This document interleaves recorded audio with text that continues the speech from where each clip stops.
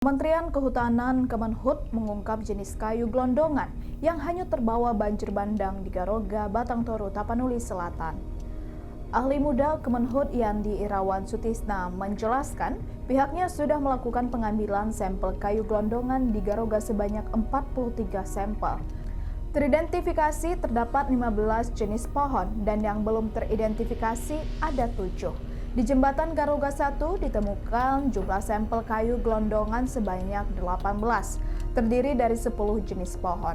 Kebanyakan kayu ini berjenis karet, meranti, hingga durian. Di jembatan Garoga 2 ditemukan 7 sampel yang terdiri dari 6 jenis pohon, masing-masing nyato, bayur, karet, puspa, dan durian. Ia menjelaskan setiap sampel yang diambil dipastikan apakah bekas kayu gelondongan itu merupakan bekas tebangan, longsor, atau ditumbangkan. Misalnya sampel nomor 1 di Garoga disebutkan bahwa kayunya merupakan bekas tebangan karena terlihat adanya bekas dipotong sinso atau gergaji mesin rantai. Ikuti terus berita menarik lainnya. Jangan lupa like dan share seluruh akun Tribun Medan. Assalamualaikum warahmatullahi wabarakatuh. Selamat siang dan salam sejahtera bagi kita semua. Horas, sesuai dengan perintah, kalau kami diperintahkan oleh Pak Sekretaris Jenderal Kementerian Kehutanan, bahwa tim kami berjumlah 8 orang. Saya mewakili kawan-kawan dari dalam tim tersebut. Langsung saja kami sampaikan bahwa kemarin mulai tanggal 5 kami tim bersama Bareskrim bisa lakukan pengambilan sampel jenis kayu. Itu ada sesuai dengan yang sini kalau kami menyebutnya jembatan Garoga 1 yang sini, yang Anggoli kami pakai inisial jembatan Garoga 2 kilometer 6 dan 8.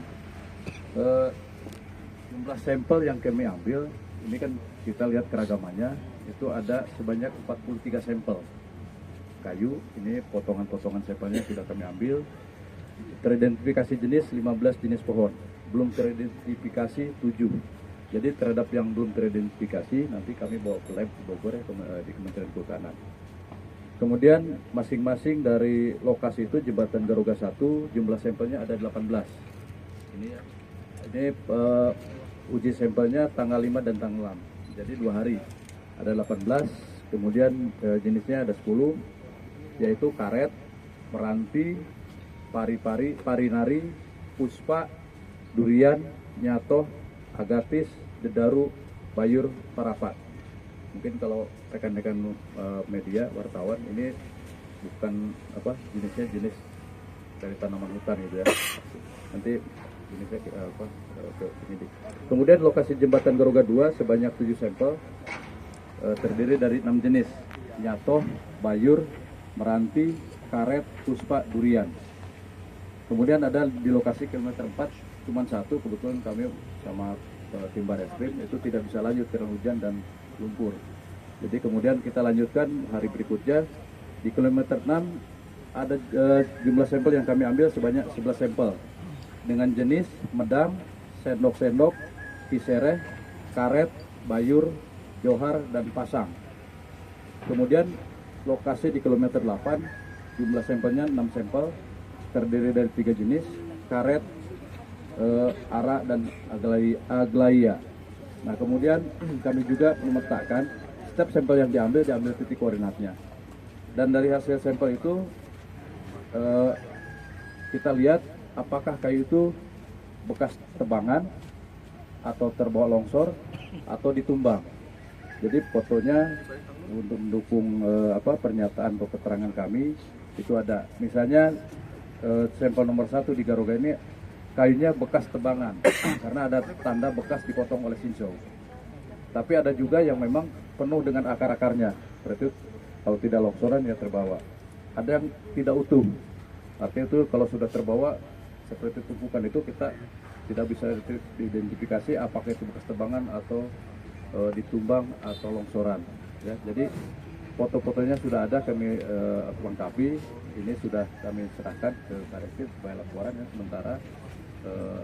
Itu kalau misalnya ada permintaan ya ke pihak penyidik saja laporan kami sehingga bisa bisa dilihat oleh kawan-kawan. Dan kemudian hubungannya antara tadi bilang Pak Dir antara yang di ini sebagai hilir dengan hulu, ini kebanyakan yang cocok itu adalah kayu karet dan bayur. Sementara yang paling dominan sementara ini karet, jenis tanaman karet. Jadi terhadap yang ada lagi jenis yang belum teridentifikasi, selanjutnya nanti akan dibawa ke lab di Bogor. Kita ingin memastikan jenis kayu itu apa saja, sehingga tidak salah nanti pada saat mencocokkan. Kalau tadi disebutkan masih ada titik-titik keterbukaan lahan lainnya, mungkin itu akan jadi referensi. Apakah betul kalau di sini berasal dari bukaan lahan yang kita jadikan objek untuk melihat ke atas lebih lanjut.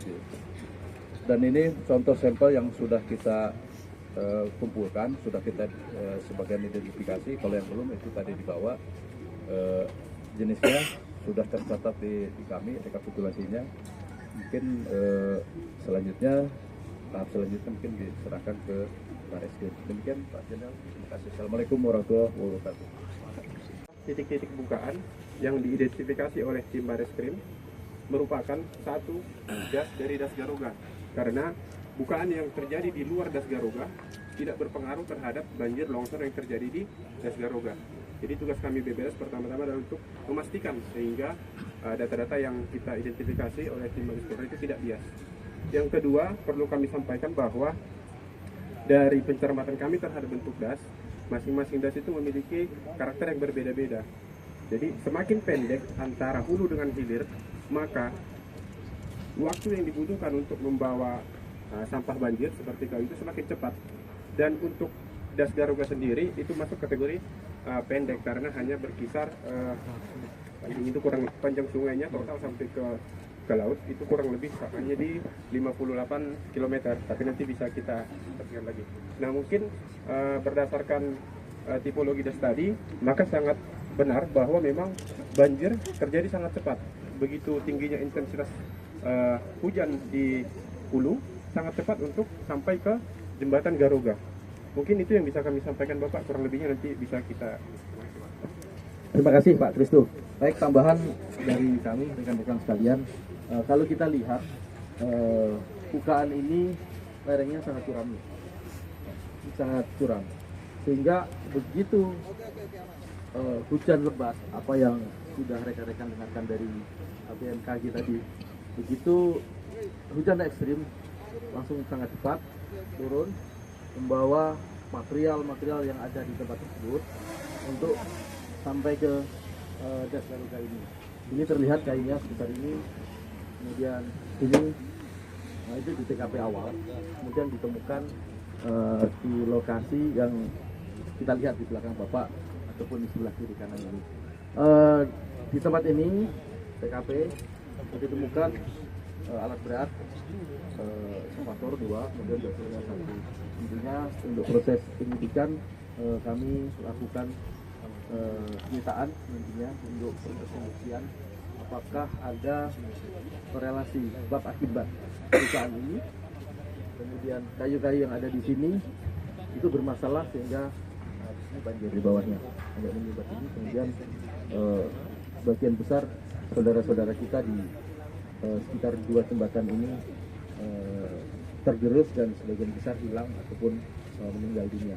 Lihat rekan-rekan, lihat kiri kanan nih, habis semua hilang semua rumah-rumah yang sebelumnya sangat ramai.